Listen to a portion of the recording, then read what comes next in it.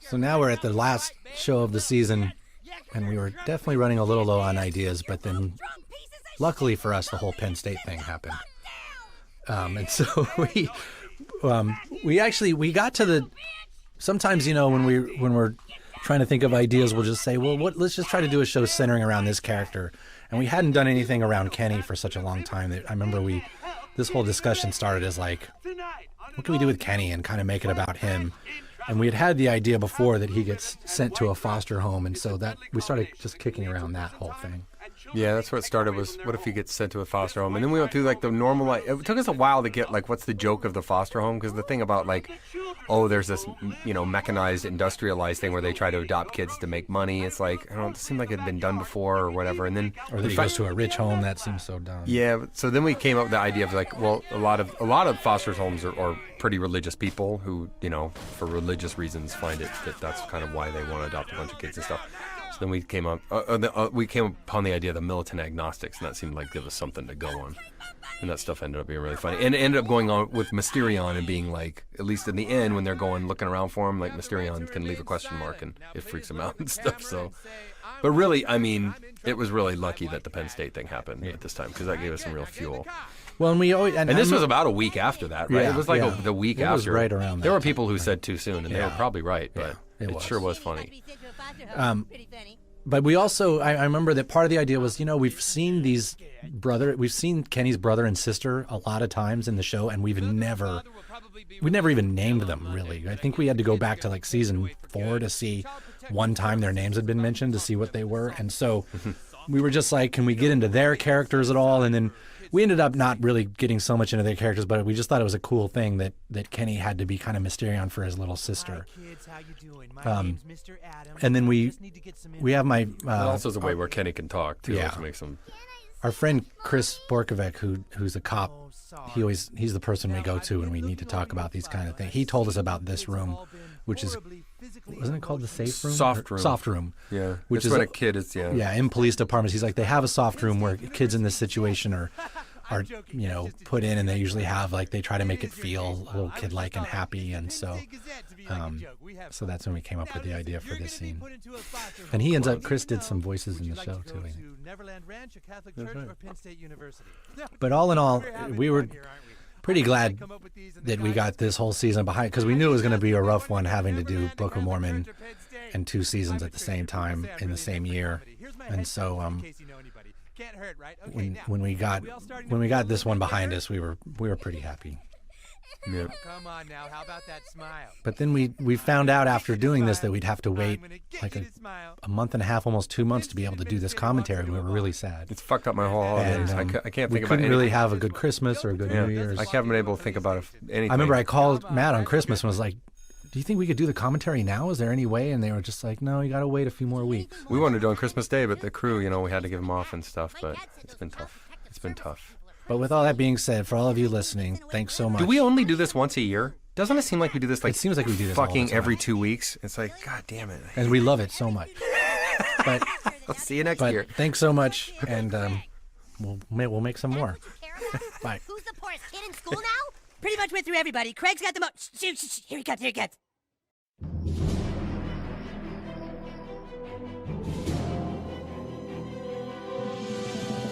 So this is where things just get all fucked up, because basically we decided we'd been wanting to do kind of another Coon episode. We wanted to do a Coon sequel, and we'd been wanting to do it for a while, and so we decided to do this, having no idea that the part 2 of the Coon would end up becoming a trilogy. So as we started, I think we thought it was going to be a one-parter when we thought started. it was just going to be a one-part thing, and we were going to do the basically the idea that Cartman was he now had Coon and friends, and we'd sort of bring Mysterion back and have the other kids and try to kind of guess a little bit at who's who.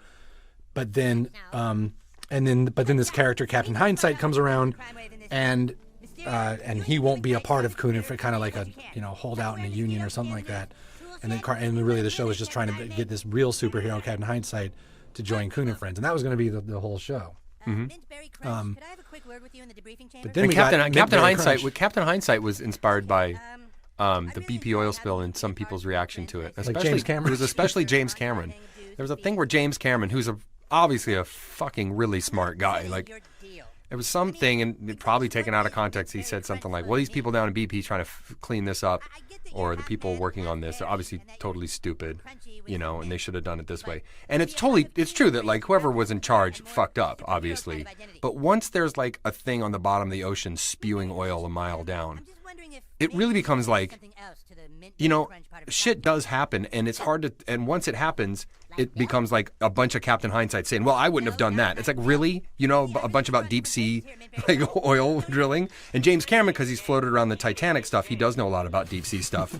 But it just had a real, like, oh, thanks, Captain Hindsight. And then somebody said, you know, why don't we literalize that character and you know, and rip on kind of journalists, and how journalists, that's basically, they're all so smug about their hindsight all the time, but it's really easy to always report on something and say what should have been done. Right. And that was Captain Hindsight's greatest power.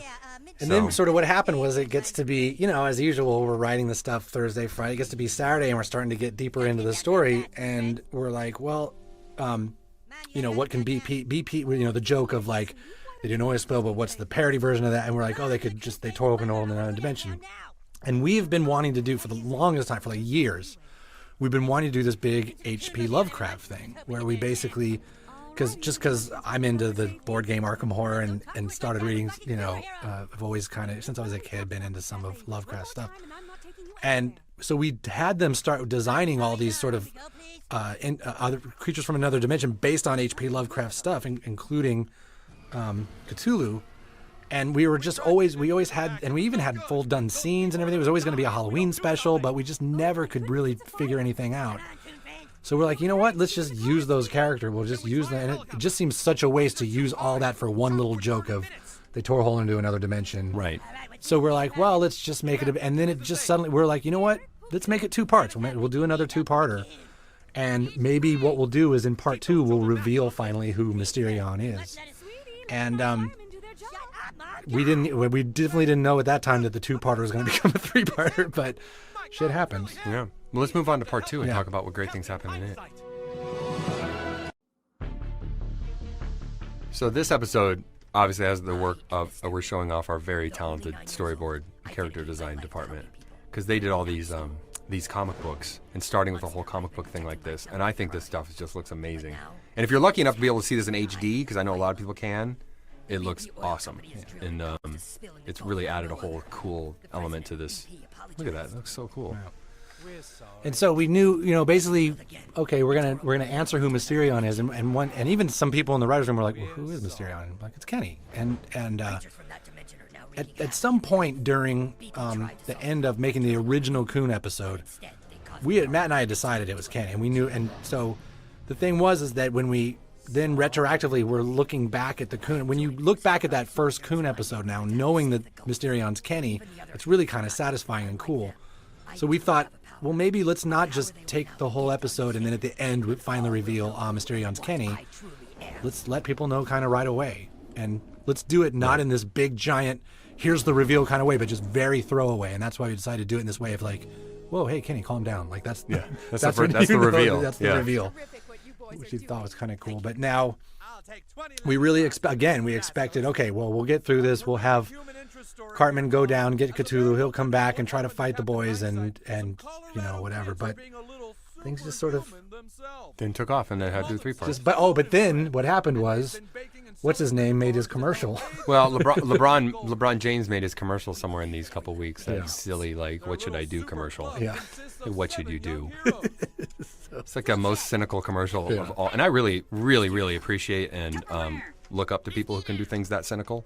But that thing, man, that just was like a whole new level of like, yeah, what should I do? Like, how about don't be a dick? And we were like, wow, that is the perfect. And I don't really, think you don't know what you should do. Cartman doesn't do it till the next episode, but we're like, that's a perfect Cartman response. Like when he gets in trouble and his mom's pissed at him, it's like, Mom, what should I do? What do you want me to go back? You know, to the day I did that and not do it? Let me put this on you. Yeah. Your fault. Yeah, you have to answer for this now. Yeah, you answer for this. Yeah, it's like not my fault. It's your deal. But we went back and forth a lot with how, you know, when exactly to reveal that Kenny was Mysterion, and sort of when to and also, you know, when to then, obviously the big thing that became the story was the fact that it's the first time we say that Kenny is aware of his dying all the time, and that there is some kind of link to the mythos. And so it just all started making sense when we were reading more of the Lovecraft stuff and this whole thing with Cthulhu, where there's this whole thing that's like that, which sleeps forever can never die, and whatever the quote is, that's like, wow, this is about a thing that lives forever, and this is about sort of immortality. And so let's play into the mystery. But we also knew, like, let's not sit here and figure out an answer. That's why so many TV shows do this, like Lost or whatever. It's like, let's not just say, here's the answer, and because that's so unsatisfying in a way. And we also thought, if we really say, here's exactly what's going on in these shows, this soon, that then now every time Kenny dies, and be like, oh, okay, there's that thing. Right. Rather than kind of still keeping it a bit mysterious, but explaining some. And obviously just the fact that Kenny is for the first time saying he's aware that this happens and that he dies, tortures and he him, wakes up and tortures he him. hates it. Yeah. We just thought that was such a cool thing, and that's when we're like, man, is this going to turn into a 3-parter? Because it just seemed like a big weighty thing, and all the comic book stuff was looking so cool that we just wanted to see more of it ourselves. So we did 3. This guy, we decided afterwards, this dude right here, this cult leader, we should have made the goth kids. Yeah, that was a fuck so up. always stuff like that happened. This scene was done pretty early on, and then then later on, a few days later, we're like, oh, let's bring the goth kids in. It's like, then that guy should just be the goth kid, but you run out of time. You can't go back and change everything. It's part of why it just has the feel it does, which is a feeling of this isn't quite done. Yeah, it's called the half-baked. Fresh from the oven, but sort of not quite done yet. But you're so hungry, you eat it anyway. Let's move on. Looking for something. Finally, we got to part 3, which we always knew we were going to start with the Mintberry Crunch comic, because it just seemed like the right way to go. And we actually even knew, when we thought this was all going to be a 1-part thing, just because the show started with Cartman reaming Mintberry Crunch for not really being a superhero, we kind of thought, okay, whatever happens in the end, Mintberry Crunch has got to be the one that actually saves the day, and that'll piss Cartman off. And so basically just took that idea and kept it till the end of part 3. Yeah. I love this comic book stuff. The other thing is, in this episode, you'll notice we just got rid of Captain Hindsight. We couldn't figure out anything for him. Yeah. And we said, you know what, instead of fucking shoehorning him in, he just won't be here. Yeah. And unless you're a huge Captain Hindsight fan, you probably won't notice. And all the Captain Hindsight fans can wait till next season when we do the 3-parter of Captain Hindsight. But this was a big, so again, this was sort of deciding how much to reveal. We actually do know a bit more about why Kenny has his power and what it exactly is and everything, and we're not just saying that. We really kind of do, but we just didn't want to sort of spill it all right here, because we thought it's fun we might want to see Kenny being Mysterion again. We didn't want, and that's so un-superhero-like to be like, here's your answer, or you're done. Mm-hmm. The mystery should keep going on a little bit, and so. But I will say that there's one part in this show that's not spoken, that's sort of a hidden thing that reveals a bit more of what is actually going on, if you look for it. With Kenny? Yep. Oh, really? Wow. I wonder if I know what that is. I probably do. It's in one of the panels. It's in one of the storyboard things. Yeah. I mean, I think we're definitely going to... I can't wait to do another Mysterion Coon show. I think this is cool. I mean, I love the comic book stuff. It gives gives the characters these other... What's cool is like we've done stuff before with like Lord of the Rings or anime where the kids have kind of like personas and then we play it within that style and stuff. But I feel like this, especially because with Cartman and Kenny, and we haven't really done it with Human Kite and Tool Shed yet, or, Tupperware. But with a couple of them, it isn't just they're playing, but it's a little more than that. Like it's, it means, Mysterion, you can tell, means more to Kenny. This is where he can kind of be more than he is when he's his normal self. Right. And Cartman cares about his Coon franchise, and so there's just something really, it kind of gives the whole show like a whole new place to go. That we haven't had in a while. It feels very like a big idea. So I think I want to definitely do more of these. We figure out what it could be. And probably most importantly, what people should know is that at the very end, when the little alien or whatever he is comes down and tells Mintberry Crunch his origins, that's actually based on, what's that guy's name? Based on Lamal, the lead singer of Kajagoogoo. If you look at the music video of Never Ending Story, because there was some elements of this that felt like Never Ending Story with Cartman and Cthulhu. And so we looked at that, and anyway, that we sort of did the haircut based on that haircut. He has Lamal's haircut. Is that maybe that's ripping shit off too? Maybe we shouldn't be doing that. We shouldn't be ripping off haircuts. Maybe we should give that guy a call. But also I would say I'm kind of bummed Mintberry Crunch is gone forever because I thought Mintberry Crunch he'll be is back. Mintberry Crunch is a great character. he said I love that little he said guy. I'll be back someday. Yeah. So I'll be back. maybe next show. Yeah. But and then the other big thing was with Cartman and Cthulhu. There's these references to Totoro, which was just like one of Well, that my was in 2, favorite and then movies. and this one is the. There's one, isn't it in this one too? There's another Totoro. No, that was in the second one, wasn't it? Oh, I thought we did one more in this one. Cthulhu, Cthulhu. Yeah, that was. That's the end of What am I thinking of though? No, this is the Warner Brothers one of the. Oh yeah, dog yeah, and yeah, the the dog and the kitten, and yeah, the little yeah, kitty yeah. who scratches his back. that Yeah, old which is classic. like one of the best Warner Brother cartoons ever. Yeah. So yeah, that's that. Let's move on to Creme Fraiche. This is very interesting because this episode, I remember, our idea was, let's do a whole episode where Kenny dies, but it's super serious, and we'll just play it as a drama, no laughs, and we'll do it was that whole thing of like on a very special South Park, and it was like everyone's taking it super seriously. And I remember we bounced it off so many people just going, do you think it would work? Like if we just did a total serious thing? And we actually started the show that way. We always write some scenes first and start animating them and see what they look like. And we wrote all the scenes with just the boys and Kenny dying.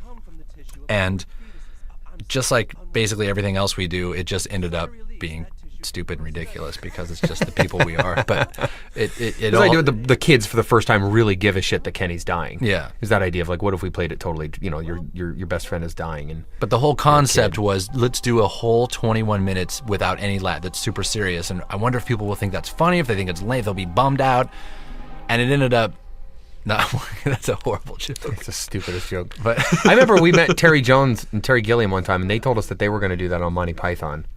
And then they didn't do it. Do a totally serious one. Yeah, they were going to do it like how many minutes they could give. They're going to do 7 or 8 minutes without a joke. And then, yeah. I don't know, though. And they said, no, that's a bad idea. And so we tried. No, I think it ended up we ended up basically doing sort of half and half. So sort of half this episode, there's definitely, you get the beats that we play super serious, but then you get all this stuff with aborted fetuses that Cartman does. And this was the first time that Cartman did the whole, Chet, you break my back, Chet. That was sort of that became one of the runners in the show. I heard another moment that's really funny in the show is when Cartman goes to Washington and sings that Asia song. Yeah, because remember that was actually a problem because we did it and we loved it so much and then we couldn't clear it. Oh yeah, and it was an That's example. right. We've done this on South Park a few times where it's like Tuesday night at 3 a.m. the show's going on the air, Wednesday, and we're basically and they're like the song hasn't cleared and we're like, well, fuck it, let's just put it on anyway and then well it'll clear. Clear. Oh yeah. I don't think what else is in this episode. That's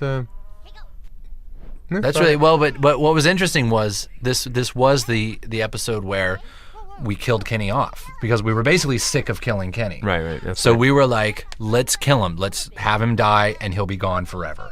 Mm-hmm. And I actually remember the idea. Actually, a couple weeks before this, the idea was we were going to kill Kyle. Remember? Because we were going to make it a big thing, and like we'll kill Kyle, and Butters will step in because we were really. This was around the time we were really starting to like Butters as a character. He just seemed. It always seemed to us that like Kyle and Stan were really similar, and that's only because Matt and I are pretty similar. So it's like, it was like, let's kill off one of those two. Let's kill off Kyle, and since Matt does Kyle's voice, and we'll bring in Butters and have him be the other kid. But then the more we thought about it, we're like, no, and that's where the whole idea stemmed for, let's kill Kenny for good. Right. Because he's really just a prop anyway, he never gets to say, and we have to kill him every episode. So we killed him in this episode, and he stayed dead for a good year. He was dead for like a year, yeah. And then we just started back again. But it was good. We got a lot of good material out of that, and so which we'll probably see by the next episode. I bet there's something good on the next episode. Badass? And what the hell does that have to do with anything? Stem cells, numbnuts. So this is our famous Best Friends Forever episode. This is the episode we won the Emmy for. This is an Emmy-winning episode of South Park. Emmy-winning. So it really speaks for itself because it won an Emmy. Yeah, it's obviously the best one ever. It's obviously the best South Park of all time. It was a very last-minute episode. We actually had the idea for the episode that aired after this, which was the losing the baseball episode. And we were about to, on Thursday, we went in for the writers' meeting. We were all going to work on that. But then I was just like, the Terry Chivo thing they had just pulled her feeding tube. Mm-hmm. And so there was sort of the countdown waiting for it. And it was just a media frenzy. And like that day, we were all like, this is insane. Like it was it was like the biggest news story we'd seen, since 9/11. So it was just like, we were like, we gotta come up with something. There's gotta be something we can do with this. And so really quickly we went through a bunch of ideas. And then this was just one of those shows where sort of the whole idea just came together really quick in a matter of like 30 minutes. We sort of ran out of the writers. I remember, coming out of the writers meeting and being like, knowing basically the beginning, middle, and end of the show, which never ever happens. And ran out and told everyone, start modeling heaven and hell. It's kind of loosely based on the Last Starfighter too. Yeah, that movie where the kid there's a video game in his. He lives in a trailer park, and then he gets the high score, and then aliens come down, and it was really not a video game; it was a training device, and he had to help in this interstellar war. Which was really not a very good movie, but it's one of those ones that was on cable a lot in the 80s when we were growing up. And there's a lot of times people too, they wonder, did we have some kind of deal with Sony? Because this was right when the PSP came out, and it's funny because we always do a lot of shows going all the way back to like Sega Genesis. We've done shows, that were about the newest thing, and it's like, but the truth is we don't get any we don't do any endorsements for anybody. We never tell a company we're going to do it. The truth is we love video games. So like when there's a kid excited about a video game coming, it's because that's what we're thinking about at that time. And also it's like, as much as you make Sony happy when you do something like this, you piss off Nintendo, who's also buying commercials on your show. And so, we try to give them all kind of equal time because we love them all. And we think there's plenty of space in the world for all of them. Why can't all the video games get along? There's also I remember when we were making this episode, we had a big debate about the end because we're building up to this final battle between heaven and hell, and of course we play out the joke version, which is you don't really get to see it, you just get to watch, you get to see the guy narrate it. But there was a while there when we were really going to do a big battle between heaven and hell. That was a big debate of whether we should actually do the battle or if it would be satisfying to have the joke. And we just realized the show wasn't really about that. The show was about a feeding tube and right to life and all that stuff. So it's a funny joke too. It worked out. I think it worked out well. I remember it's good it worked out that way because we couldn't have animated it all in time. Yeah, but we were going to make it a two-parter. Remember, it was going to be a two-parter, and then the whole thing was Terry Schiavo was gonna die like the night this aired, and she did. She died like the night it aired. I think the day after or the night it did. Yeah, and really right there. So she really kind of ruined our chances for a two-parter by doing that anyway. Damn Terry Schiavo. So now she's in heaven fighting off demons, which is good. So we'll move on.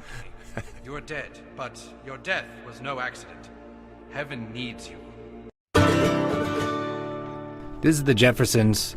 This is another one of those ideas where we resisted it for a long time just because it was such a base idea and just sort so of cliche, really. Yeah, it was like, oh, we're going to make fun of Michael Jackson, and so for the longest time we were just like, no. In any writers' meeting, we'd avoid any Michael Jackson joke, any Michael Jackson idea because it just seemed so base. And usually when we ignore things because they're so base, then we finally do them, they're really funny because, base is funny sometimes. But this all had to do with the wedding, I remember still too, because we got so behind and so messed up schedule-wise by the wedding that we were like, oh, okay, we just got to think of something. We got to make it simple. It all has to take place in South Park, and we just got to. And we're like, okay, let's just do Michael Jackson. It'll just be a dumb thing, and whatever. It's episode 7 of 8. It just won't be perfect, or 6 of 7, and it just won't be perfect, and we'll move on.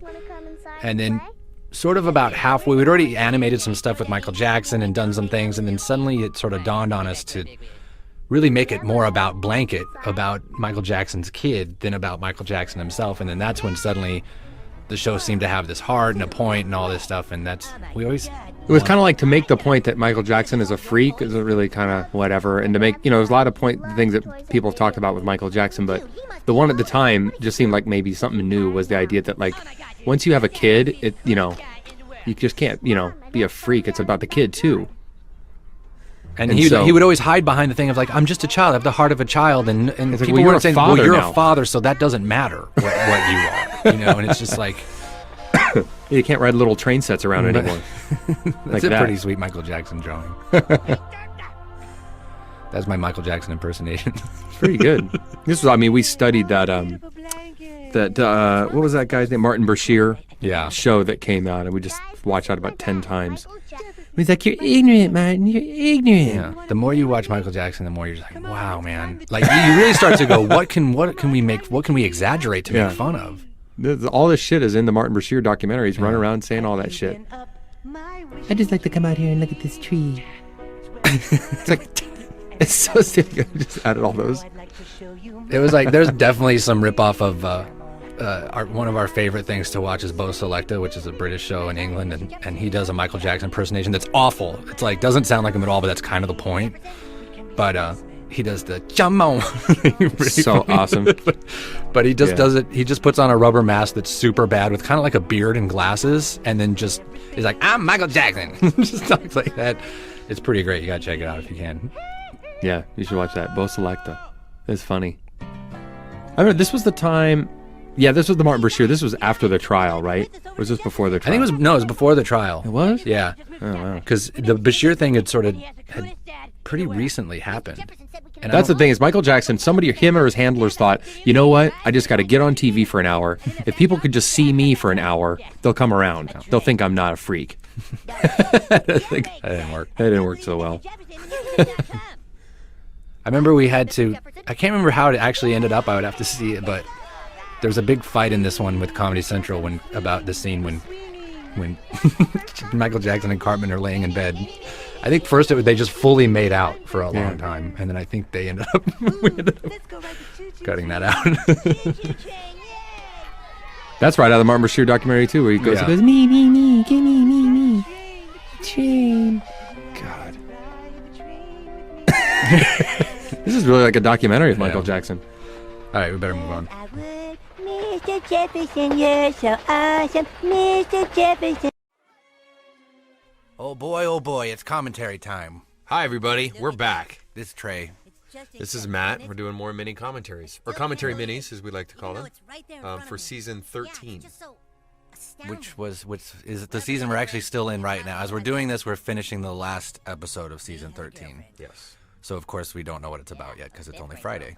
So we decided to do some commentary for the rest of the season. Yeah, now we've caught up with the DVDs, so now we have to do the commentaries. Get to do the same. commentaries. We get to enjoy doing the commentaries the same time the same season we're doing the show, and I predict soon we'll have to do the commentaries before we do the show. Yes. We'll have to comment on the show before we even do the show. So I remember this episode it was right around the time that the Jonas Brothers movie was coming out, and we really had no idea who the Jonas Brothers were. So unfortunately we had to go and watch a lot of them on YouTube, and definitely nothing new, boy band stuff. It wasn't like it was this crazy new thing. But the thing we did find really weird was their whole thing about purity rings and how that was kind of... That people that were talking about purity rings and all that were also shooting little girls in the face with hot foam, with hot white foam. But it's a really good idea. It's like have a boy band but make them parent safe. Yep. That was the purity ring thing. So we started kind of. I remember this episode we really talked about like just kind of how screwed up that is to like use sex, the sex appeal of the Jonas Brothers to sell non-sex, and how they're kind of like. I don't know, turning on little girls to sell non-sex. But we kind of thought, I don't know, we thought our way there. We never heard of this actually happening. Does that make, you know what I mean? Like we deduced it.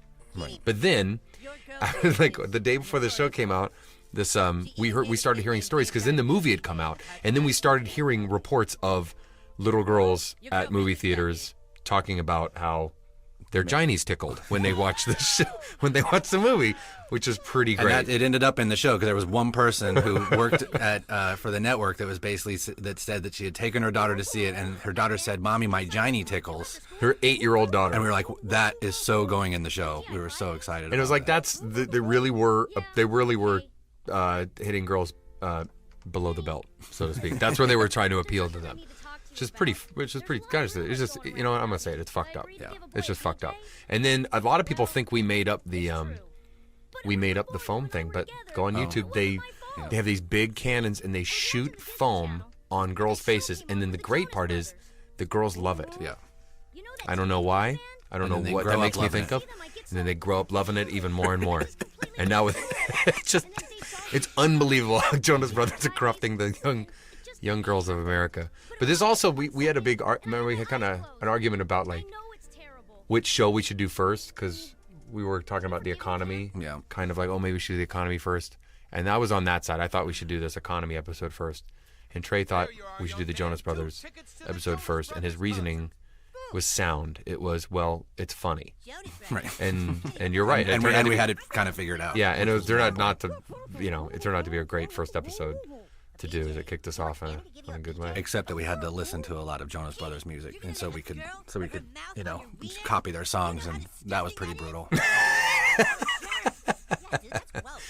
Yeah. And the fun part was I think when we started wanting to do this episode is like we were screwing around in the writers' room, we're doing a Mickey Mouse voice, kicking like a mean Mickey Mouse. Yeah. And it was the idea of doing at the end of everything. That's kind of when it started being like, okay, we could do this as an episode. That's pretty fucking funny. Cool. So yeah, that's that. How much is that? Did we get there? How many minutes is that? Good. Let's move on to the next one. Yeah, we don't have any more to say about that. Let that near your penis? Whoop, woohoo!